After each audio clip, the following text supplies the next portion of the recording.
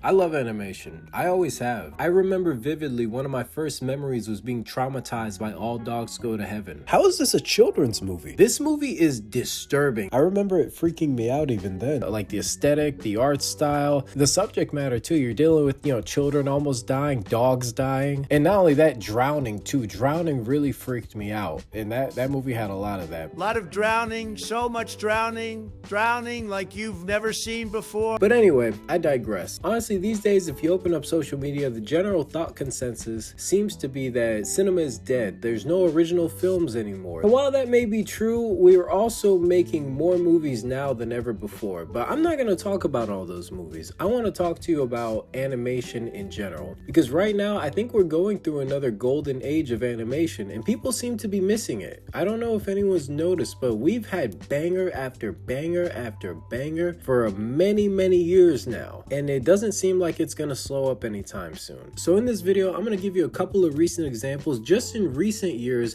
of the fire ass crap that's been coming out. So let's take a look at a few examples. Let's start off easy. Spider-Man Into the Spider-Verse. I dare you to find one single frame of that film that is not meticulously beautiful. They really said, hey, we don't have to look like Pixar or DreamWorks to hit. We'll do our own thing. I love how they mix the comic book panels with all the glitch art, the storytelling. That one scene, oh my god, when they're on the roof, him and Gwen Stacy, and they flip over and like the New York is upside down. You know what I'm talking about, bro. I remember seeing that in the theaters, bro. People lost it. I have goosebumps just retelling this. Bro. So fire. The characters are so well written. I really give it. Darn. I love Miles. I love Gwen. I love his parents. Peter. It really is something special, man. Really and truly, I think they're probably the only superhero thing to actually do like a good multiverse thing. The live action ones, I don't know, dude. I just kind of, every time I see that thing, I just want to like throw up. Like, it's just too much. Like, I'm not saying it's done bad, but it's like, I feel overstimulated when I see those versus I see this and it's like, oh yeah, cool. Yeah, multiverse, great. Altogether, I probably watched both of the Spider-Verse movies like totally, maybe like 10 times. And I'm not sick of them yet. Please, sir.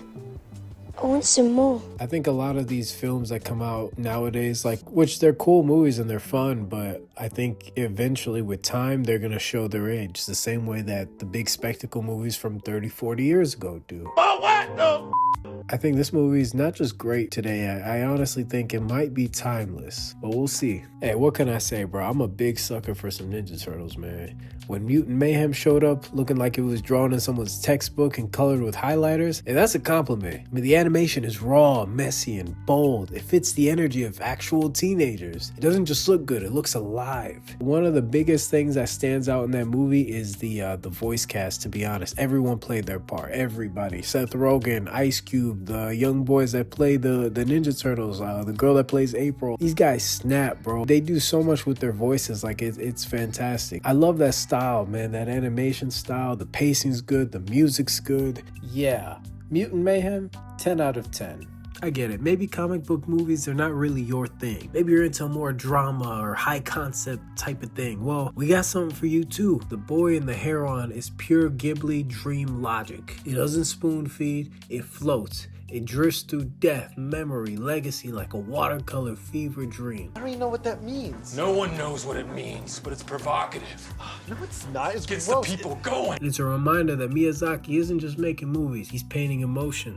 Nah, but seriously, Miyazaki's been making movies for so long, and sometimes I think when directors do it for that long, like, the movies get kind of stale, in comparison to their previous thing. But I mean, really and truly, like, Miyazaki didn't miss a step with this one. It's fantastic, it's emotional, it's deep, it's beautiful. I mean, every frame, you just kind of want to live in that world every time I see it. But yeah, if you like any of his other movies, check it out. You want something simpler? I got you. There's The Wild Robot, a film that just lets you breathe. No hypercuts, no sensory overload, just a robot, a forest, a bunch of animals, and feelings. It's soft sci-fi with a heart, and audiences are showing up for it because in a loud world, quiet animation hits. Besides, besides the obvious, right? Like, you know, it covers a lot of things that we're dealing with in the real world right now too. AI, the need to belong, the environment, the animals and ting. It's really good for adults, but it's great for kids too, because, you know, it really teaches them about purpose and finding your purpose in life and why you do the things you do. I think it's a great one. And my personal favorite, Disney Pixar's Soul. Holy shoot, this movie is deep.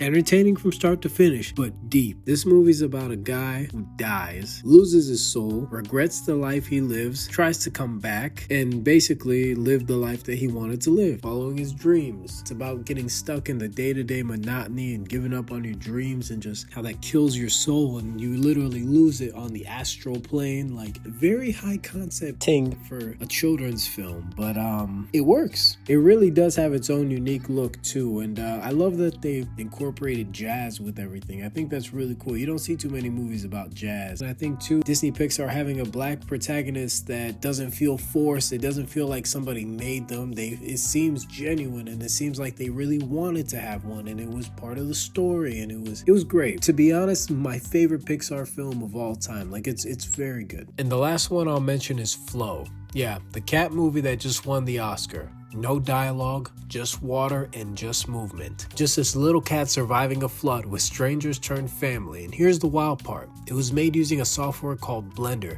Completely free software. It's not just impressive, that's a whole shift in the industry. And that's why I wanted to mention it last. Because indie film animation is booming. Tools like Blender, Toon Boom, and Procreate have made it possible for anyone, anywhere to create studio quality work from their bedroom. You're seeing shorts go viral, get picked up by festivals, even win awards. The gatekeeping is cracking and creativity is flooding in. So yeah, we're not entering a golden age. We're in it. There's much more incentive and opportunity to make dope animation thing versus going out and shooting a movie. And that's not knocking animation saying it's easy, but it is something that you can do from a computer. Obviously, there's plenty of exceptions, but for the most part, it's a more compact process. I think you will see animation being more accessible to people. And I think you'll see that people are creative, and when they have the tools and the means and the resources, I think they're going to make some really dope things. So yeah, we're not entering a golden age. I think we're already in it. It's messy, it's stylized, it's personal, accessible, and it's only getting better. Thanks for watching.